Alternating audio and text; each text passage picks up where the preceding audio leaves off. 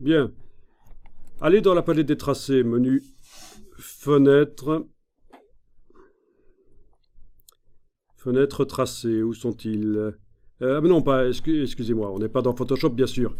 On n'est pas dans Photoshop. Donc ce qu'on va faire, c'est qu'on va faire un nouveau calque, en fait. On est dans Illustrator. Ben oui, c'est tellement similaire à ce qu'on fait dans Photoshop que... Voilà. Donc je crée un nouveau calque, et le calque précédent, je lui enlève son œil. On redémarre de tout, avec ceux qui veulent. Je redémarre de tout, et je vais refaire tout, parce que c'est vrai que c'est une philosophie, vous découvrez ça, ça prend du temps. Donc vous avez fait un nouveau calque. Bien, avec la plume, on n'a donc aucune couleur de fond et de contour, c'est parfait. On va enfoncer déjà la touche verrouillage majuscule.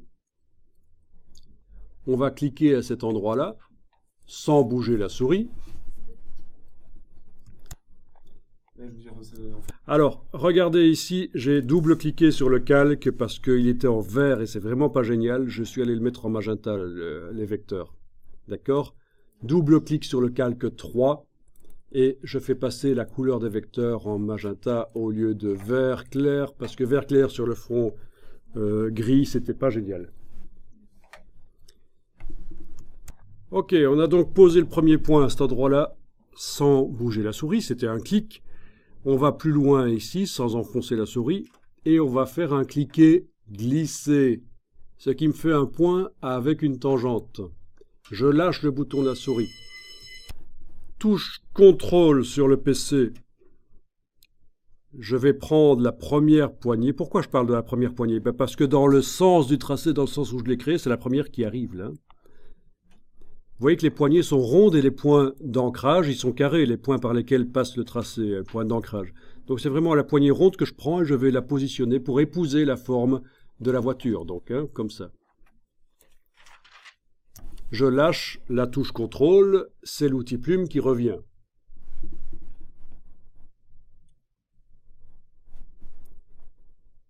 Je fais cliquer glisser, touche CTRL, j'ajuste.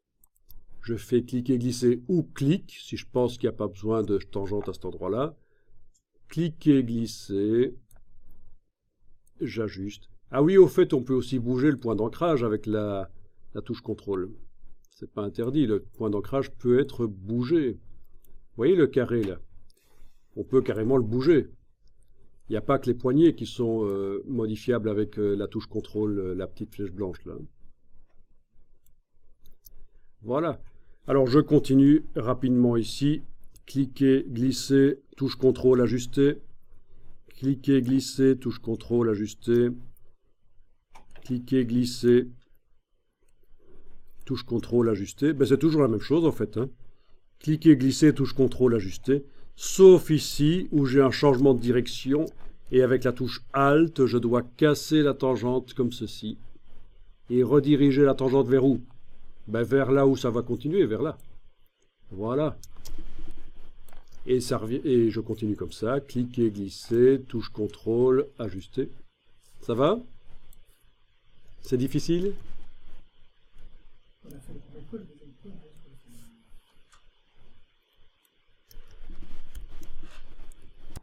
Allez, je recommence un calque et je vous remontre. Donc, open your eyes, ouvre tes ouilles.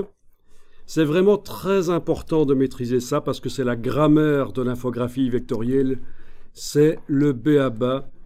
Et je vous dis que vraiment en entretien d'embauche pour entrer dans une boîte de graphisme, c'est une des choses qui permet de voir rapidement si la personne connaît ou pas. Donc c'est important. Si vous voulez être indépendant, on peut faire de l'Illustrator sans maîtriser ça, bien sûr, de nos jours, mais c'est quand même bien de maîtriser ça. Alors, je vous remontre là, regardez bien. Clic. Cliquez, glisser, touche CTRL, ajuster. Cliquez, glisser, touche CTRL, ajuster. Donc je ne vais pas rechipoter aux points qui sont faits. Je vais là plus loin, clic, barre d'espacement, cliquez, glisser, touche CTRL, ajuster. Cliquez, glisser, je ne suis pas toujours obligé d'ajuster. Cliquez, glisser. Voilà, je vais zoomer, Alt roulette.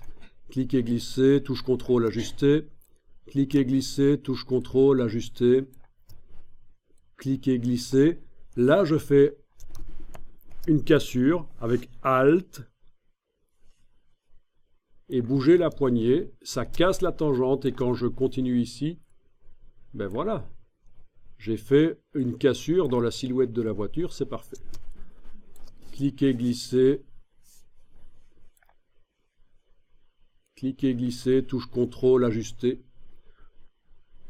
Voilà, il faut vraiment avoir ça en tête. Cliquer, glisser, touche CTRL, ajuster. Et de temps en temps, cliquer, glisser, touche Alt, casser. Alors, je vous avais dit qu'au niveau du pneu, là, j'allais faire quelque chose de particulier, c'est-à-dire que je ne m'en occupe pas. Il est tellement foireux, là, le pneu qui dépasse de la carrosserie, que je ne m'en occupe pas du tout, en fait. Il va disparaître finalement. Il ne faut pas hésiter à sucrer des choses bizarres comme ça quand ça n'apporte rien à la carrosserie, en fait, le pneu qui dépasse.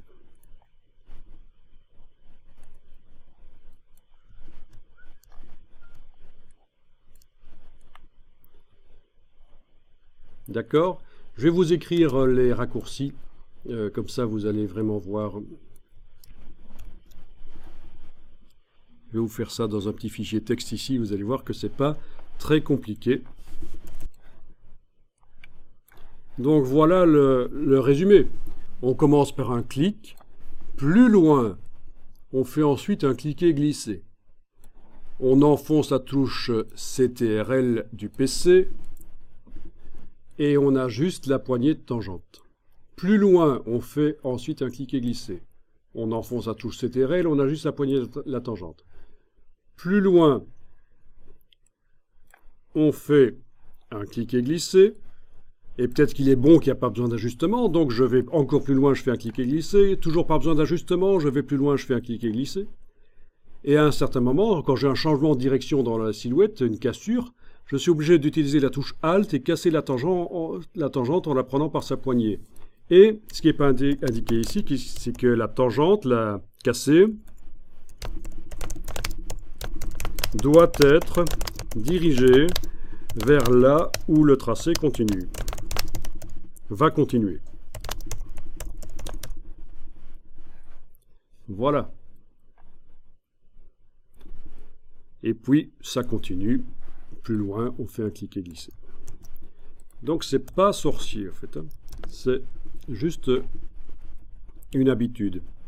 Au début, c'est toujours un peu pénible.